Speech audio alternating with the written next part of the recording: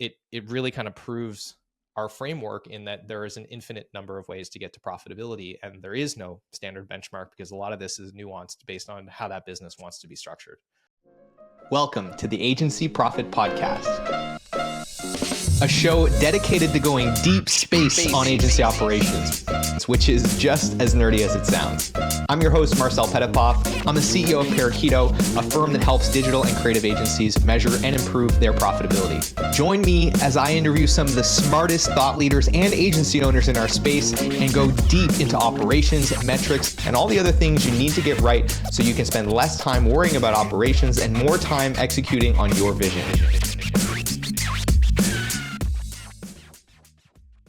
Hello, everyone, and welcome back to the Agency Profit Podcast. I'm joined again today by Carson Pierce, fan favorite, client favorite here at Parakeeto, consultant at large, father, Atari enthusiast. What else can we say about you, Carson? Everybody thinks you're great. I think you're great, and I'm excited about today's conversation. You're kind of going to be interviewing me, so why don't you walk us through what we're talking about today? Yeah, I mean, this is what we do in-house all the time. Is I'm meeting with clients, meeting with agencies, hearing lots of stuff, seeing some trends, and then go, maybe this is a chat I should have with Marcel. The only difference is we're going to do it on the podcast now. So this will be fun. And this time, the one trend that I'm noticing as we've been doing audits over the last few months, especially, is I have more and more agencies coming in where their model is fundamentally different than what we've seen in the past, which is instead of, hey, we're hiring, we're building up a team, we're doing all our work in-house, it's moving to a model of we've got a really small core team. You've got a leadership component of that, maybe project management or strategy. There's like this really tight core group of people, and then almost everything else is getting contracted out. So we're seeing more and more contract use, freelance use, offshoring, all of that model for things like dev, design, SEO, like all of those things that they are just a little bit distance from what they do in their core or what they feel like they need to offer as a core service. And it's really throwing things off a little bit in terms of how we look at the numbers. And I'll give you an example. Actually, you know what? Before I get into the examples, I am curious about one thing that I think you can help shed some light on, which is why this is happening. Because to me, I'm clearly seeing the trend. I can see the benefit of it, but I think you've got maybe a deeper insight into what's going on in a bigger picture. Yeah. So it's interesting. We have definitely seen a proliferation in, I can't believe I said that word the right way the first time. I almost never get it on the first try. So we've seen this growing trend, right, of agencies that are doing what I call internal specialization. And to me, this is what the next 10 years of the agency world are going to be like really focused on. And the reason for it is because margin pressure continues to accelerate in our industry. And I think that we're feeling it very quickly now because we've experienced a decade of margin pressure increase in like 3 years with what happened through the pandemic. And we saw two inversely kind of tensioned things happen at the same time. We saw globalization accelerate with everybody going to remote work, and then clients all of a sudden realizing like, why the heck do I care that my agency is in the same city as me when my team isn't even in the same city as me? So all of a sudden you had this globalization of services where you could get very good quality design, development, marketing services from Eastern Europe, from India, from Southeast Asia, from Mexico, Argentina, et cetera. All of these other geographies that have a massive advantage in terms of cost. So that was one thing. And then similarly, or at the same time, you had onshore salaries going through the roof. And we both saw the Bureau of Digital, for example, report that came out. And there was a lot of positions that in the span of 2 years were seeing 30, 40% increases in base salary. So to have those two things happening at the same time was alarming. And now just after that tsunami passed, you have the afterflow of AI, which, is equally disturbing. We haven't seen that have as much of an impact yet, but I think everybody knows that that has the potential to apply even more pressure to margins in the industry. And of course, a pretty rocky economy over the last 2 years. And so, for all of those reasons, agencies are focused on how do we protect our margins. And at that same time, the couple of things that we've been talking about as an industry for the last decade are sort of table stakes now. And those things have been positioning and specialization externally. So finding a niche, getting really clear on that, solving specific problems for specific clients. Like, we've been talking about that. Everybody does that now. If you're not doing that, you're probably like on the brink of extinction. So like that's kind of a standard.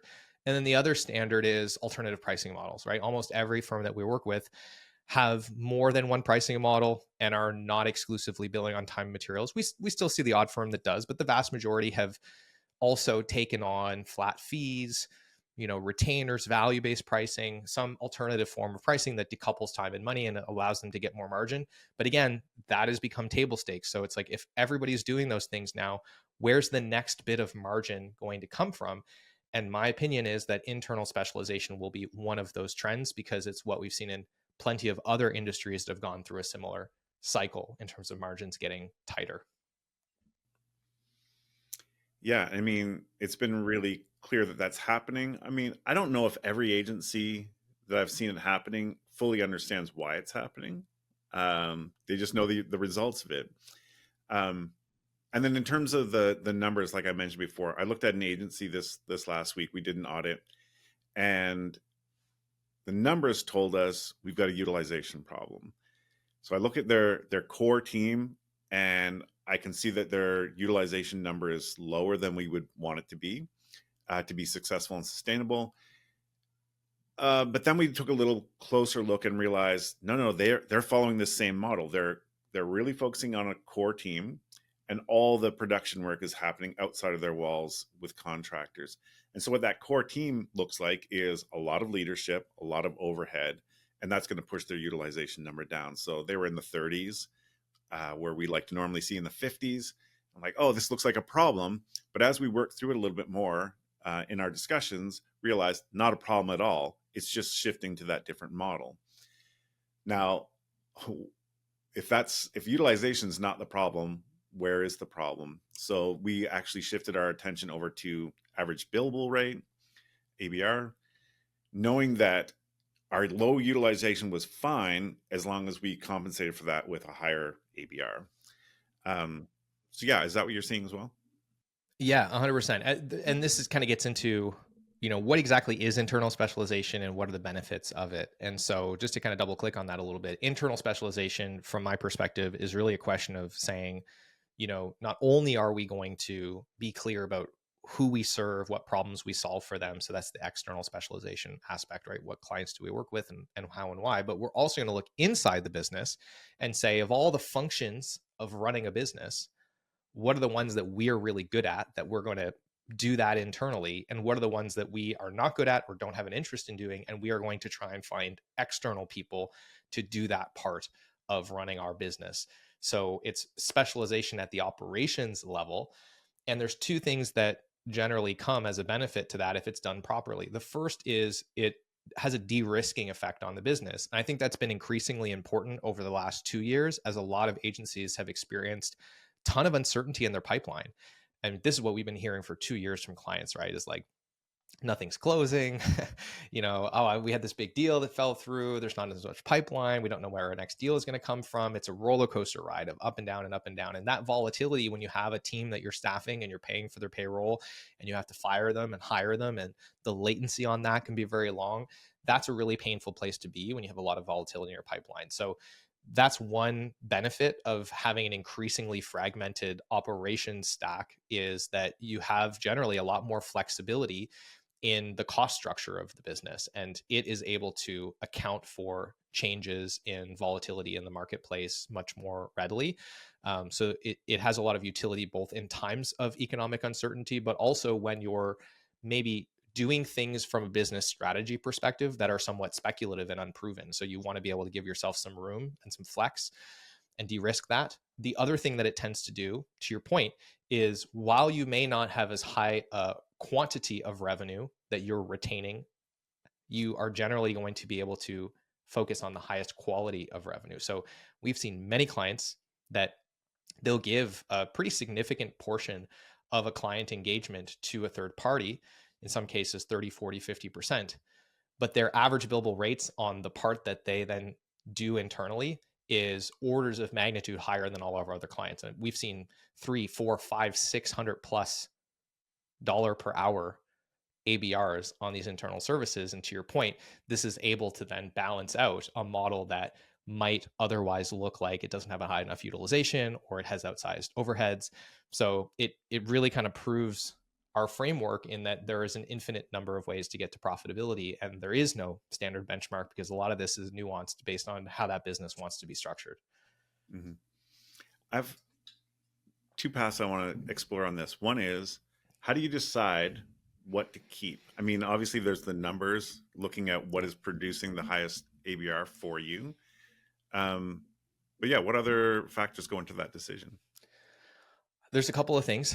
I think the first is recognizing your skill set as a founding team. This is in particular important for boutique firms, smaller firms, right? So we're talking 100 employees and less. And the smaller you are, the more important it becomes.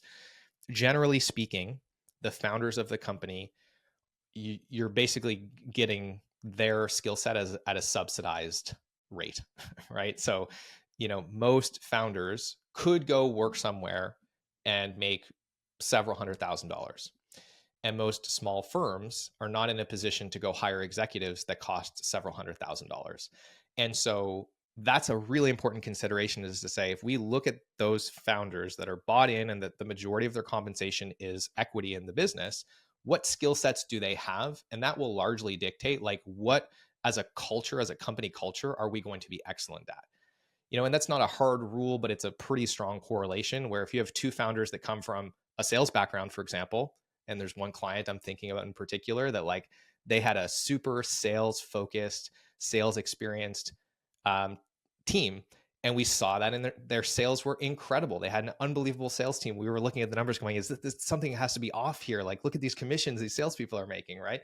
But that was clearly a cultural tendency for that business that came straight from the founding team and their predisposition. So I think thing number one is let's really get honest about what our skill sets are as a founding team, and then how we organize ourselves around that. That's most likely the functions that you're going to want to build internally that are going to be the strongest, that you're going to be the best at. So often you're going to split that into a couple of broad categories. Going out and selling things, finding clients, getting new business, that tends to be a pretty hard skill set.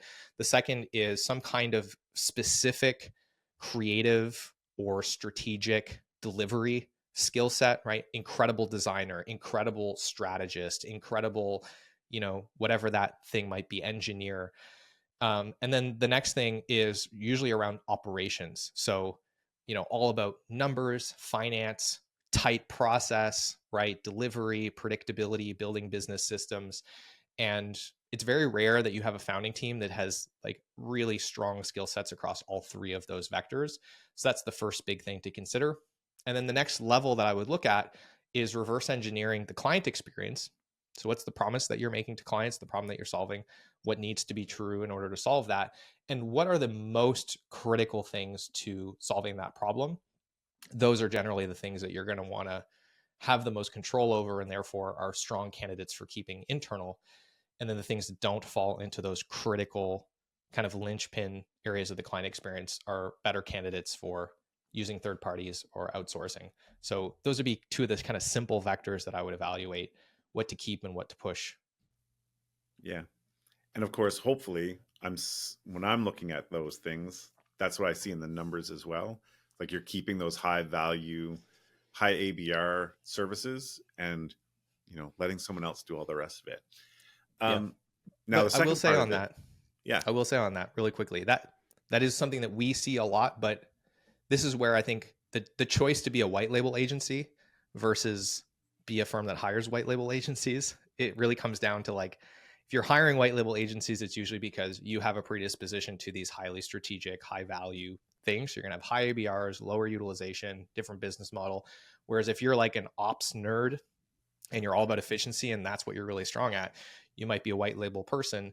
you're going to have probably lower margins, higher utilization, but like you're going to operate more tightly. So, Mhm. both of those are acceptable models, but you're going to have to, be differently wired to be successful in either of them. Do you want some free resources to help you measure and improve your profitability? If you do, then I want to tell you about our agency profitability toolkit, which you can grab absolutely free in the show notes or by heading to parakeeto.com/toolkit. It's packed with training videos, cheat sheets, templates, and all kinds of other great resources to help you start measuring and improving the essential metrics that are going to drive better profitability in your business. And it's helped thousands of other agencies around the world do the same. So I want to encourage you to go and grab a copy of that. And if you'd rather get in the fast lane and just have our team of experts guide you through the process of measuring and improving your profitability, then I want to encourage you to apply for a consultation at parakeeto.com. And with that, I want to thank you again for tuning in. I hope you enjoy the episode, and I'll let you get back to it.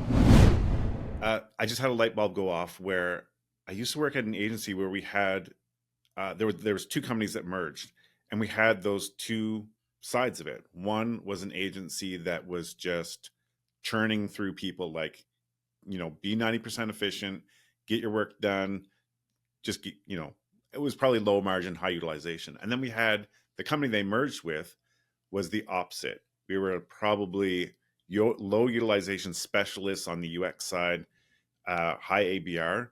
And as you described that, the light bulb that went off was that's why we never really formed one company. Like that merger never was terribly successful. There was just too much difference in the culture between them.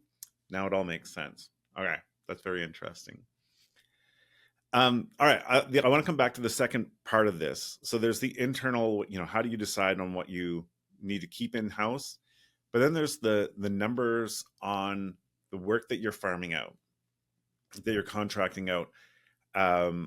Obviously, I mean, there are models where that is completely almost more like a partnership where you're doing some work and other people are doing the other work, and there's no direct financial benefit to you of that outside work. But more often than not, you're getting paid a certain amount, you're paying some other contractor or other agency to do the work, and you're keeping a portion of it.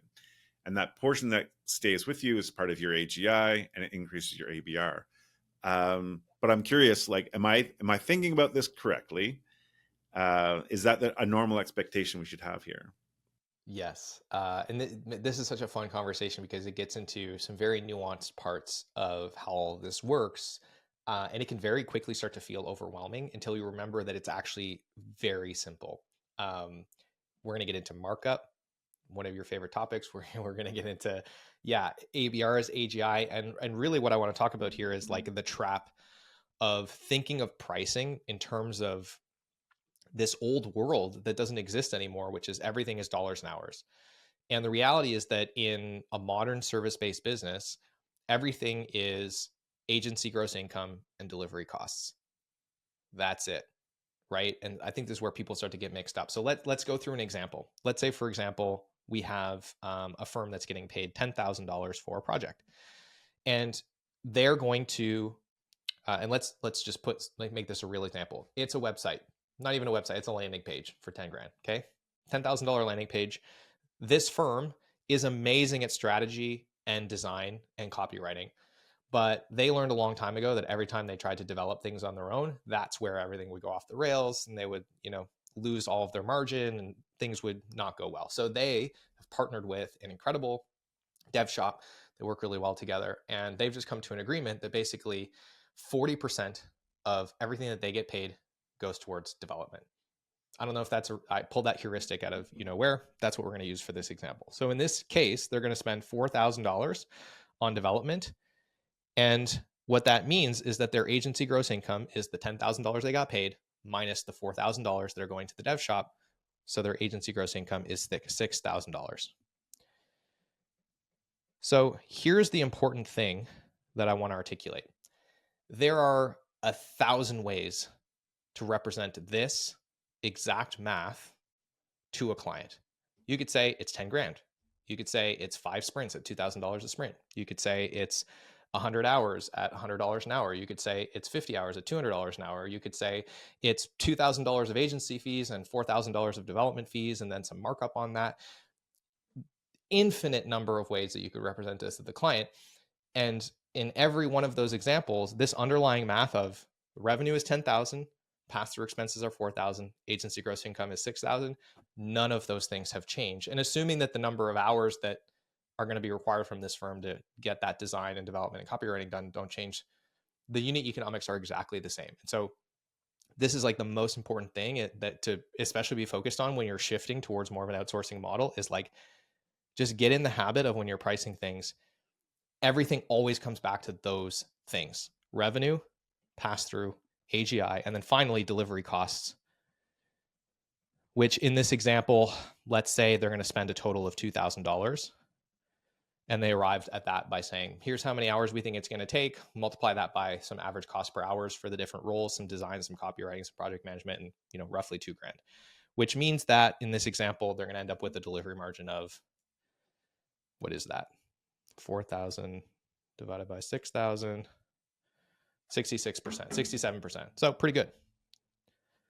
So that's the math.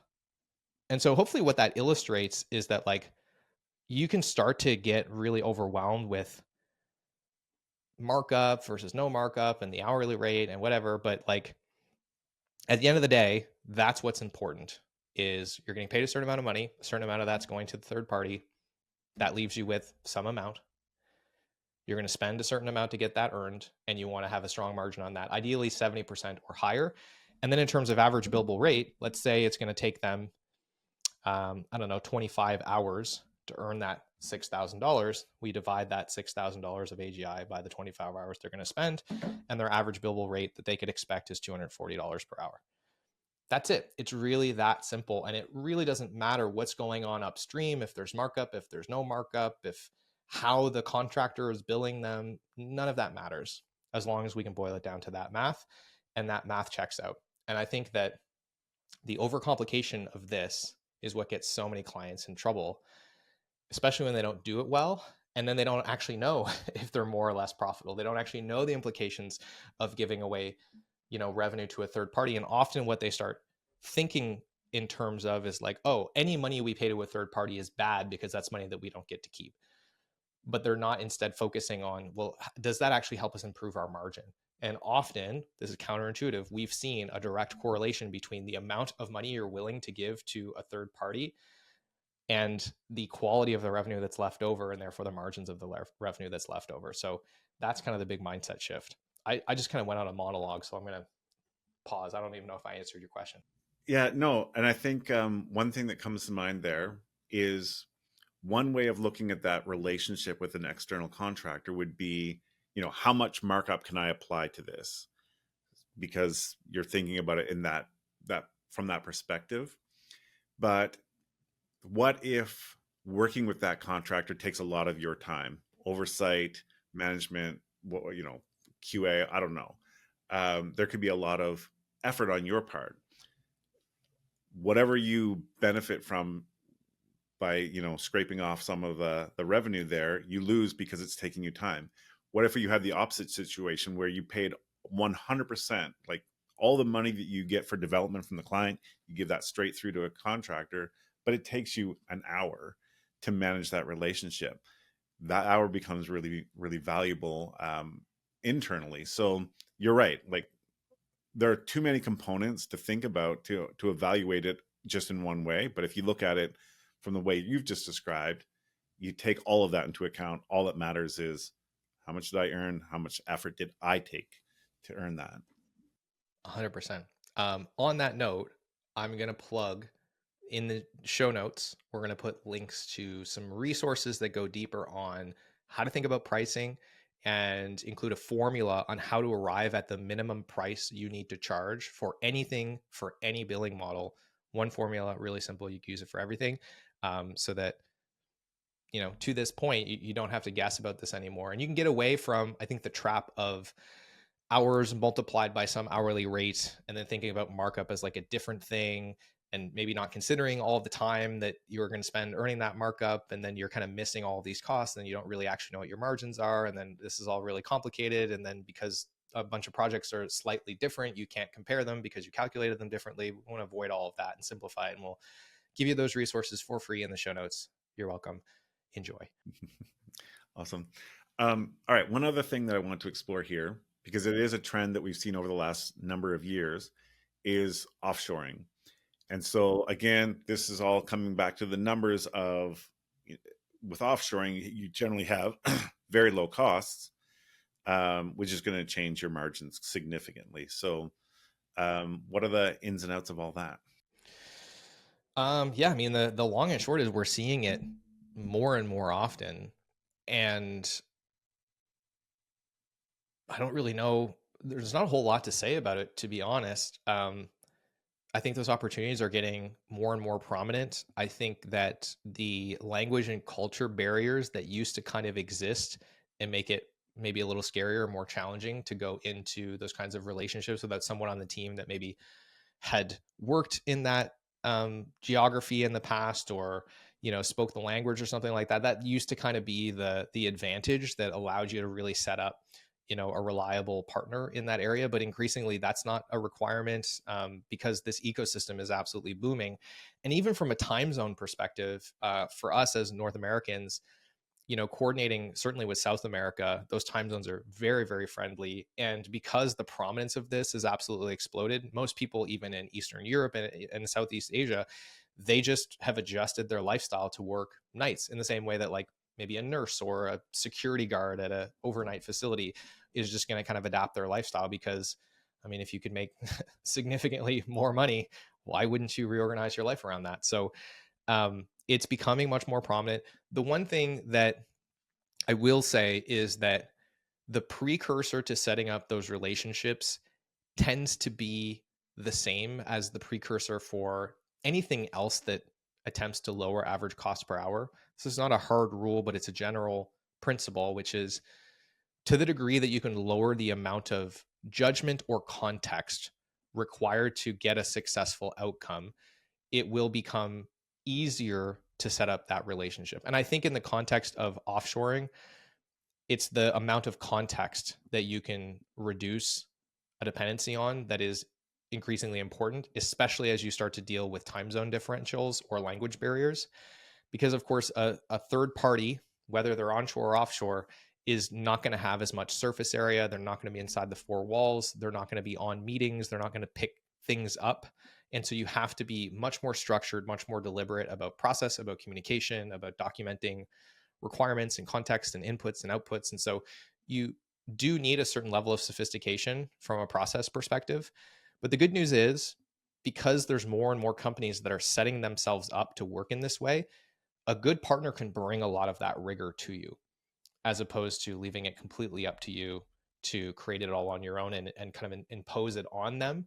So, I would just articulate that as you're exploring these, if you can find a partner that does a really great job of asking those questions and sitting down and facilitating, the clarification of all of those details, that's a really good sign that they're going to actually be able to create the stewardship that's required to maintain these good outcomes on a consistent basis over time. Because that is always a moving target as well, right? As we know, process changes as things scale, as things change. And so someone is going to have to be responsible for maintaining how that interface works and making sure that it's effective. Mm-hmm. Cool. I've often thought that if I were to start an agency again, I would go down this path, the models that we talked about today, with core team, contracting, offshoring, all of those pieces working together. Is that, and you started off this conversation by saying, that's just the natural progression of how the market is moving. Do you think that's a universal truth, that this is, if you're starting an agency now or you're adjusting your agency model right now, that this is the path to go down? I don't think that that's inherent, but I do think it's going to become more common, mostly because it's going to become increasingly challenging to have enough margin to build a company in the traditional way, which is like having a lot of full-time employees in-house. And the reality is that it's riskier and it tends to be more expensive.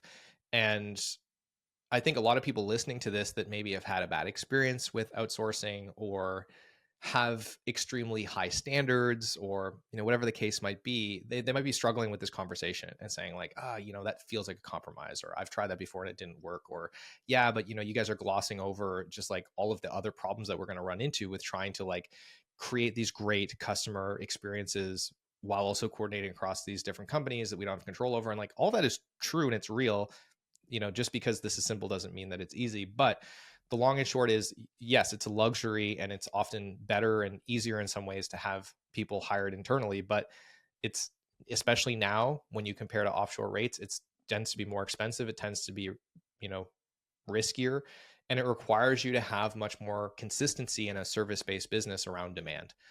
And as that becomes more of a challenge, and especially in the early days of a business, as that is just inherently not going to be a thing for a while, I think the forcing function of saying, how do we build our business in such a way that we can have these more fractional relationships can be a really positive one for making sure that you set yourself up for good process and good margins and, all of these fundamentals that even if you do get to a place where you want to build more of that team internally, or you want to acquire one of those partners and start to roll this thing up because you have an enterprise value play, or you have an IP play, or this deep specialization play. All of those things are legitimate business strategies, but I think you'll be really well served by taking this approach in a lot of situations, unless you happen to be in some increasingly rare situation where you just have a ton of margin and you can afford to have these big swings in utilization and build these big internal teams and go through the trial and error that often comes with that. Cool. Cool. All right. This has been good. Anything else you want to add onto this conversation? Um, I'll just say, like, I talked about how other industries have gone through this. Like, it's a common thing that you see. And I'd encourage you to go look at how industries with really tight margins, like grocery, like airlines, like manufacturing, this is what has happened over time with them, is that the supply chain has gotten increasingly fragmented. And you'd be amazed at how big and successful these companies are that say, we just do this part of the process, right? And if you think about an airline, it's like there's a third party that's doing the cleaning. There's a third party that's doing the food. There's a third party that's moving your luggage to the plane. There's a third party that builds and maintains the airport. There's often a third party that's checking you in. So there's actually, under this, I don't know, Spirit Airlines flight that you're taking, there's actually a lot of other players involved, a lot of other businesses involved that say, hey, we're just going to internally specialize in this one thing. And that just tends to be how things work when margins get tighter. So this is like I think a trend, an economic trend that is observable.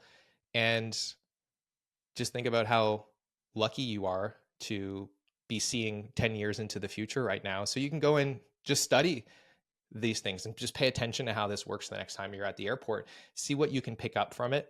You don't have to go all the way to that extreme. It's going to take decades, I think, for us to go like fully through that level of fragmentation.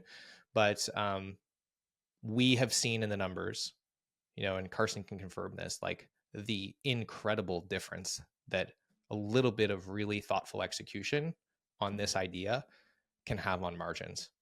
Astronomical difference. So it's worth paying attention to.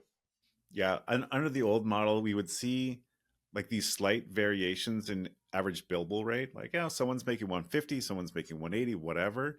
And then every once in a while, someone would come in with a different model like this and blow it away. Like, oh, your ABR is 400. What? Yeah. And that's what you really have to stop and think like, oh, there's a totally different level to this game. And we should be exploring it. Quality over quantity of revenue. That's the big idea. Always the big idea. Awesome. All right. Thanks, Marcel. This has been awesome. Thank you, Carson. Fun chat. And thank you, everyone Yep. that listened and tuned in. If you enjoyed this episode, let us know. If you have questions, let us know. And we'll see you on the next one. Hey, thanks so much for tuning in to today's episode. I hope you enjoyed it. And if you've ever found yourself thinking, man, I get so much value from this podcast, I wish there was something I could do to return the favor. Well, today's your lucky day because you can leave us a review wherever you're listening to this, and it is incredibly helpful. Of course, if you haven't grabbed a free copy of the Agency Profit Toolkit, go and get that. It's got tons of free resources to help you improve your profitability. If you're looking to get in the fast lane and get help from experts to improve your profitability and measure your most important metrics, then apply for a consultation at parakeeto.com. We'd love to chat with you and figure out how we can help. With all of that, thank you so much for being a listener, and we will see you on the next episode.